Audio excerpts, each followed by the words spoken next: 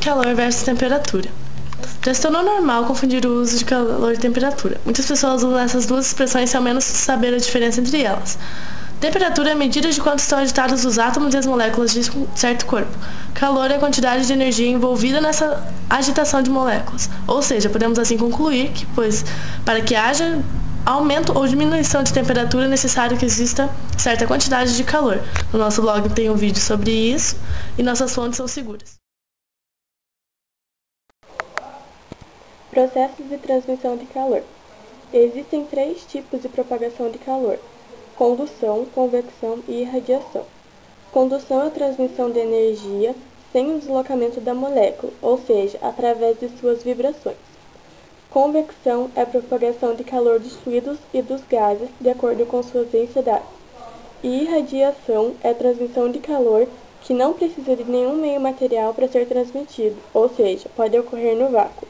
Os processos de transmissão de calor estão relacionados à física, porque através deles ocorre a dilatação térmica, aumento de temperatura, a agitação das moléculas, entre outros. Calorimetria. O conceito de calorimetria se baseia na troca de energia térmica entre dois corpos, tendo uma transformação de estado físico ou variação de temperatura. Quando se muda de estado físico, a transformação é chamada de calor latente, e quando se muda apenas a temperatura é denominada de calor sensível. A unidade de calor na SI é de Joule, mas a mais utilizada é caloria. Calor latente se resume à quantidade de calor que um corpo precisa para se equilibrar termicamente. E o calor sensível se resume à quantidade de temperatura que se muda de um corpo para o outro com a transferência de energia térmica. Capacidade térmica é a quantidade de calor trocada por um corpo e a correspondente de variações de temperatura.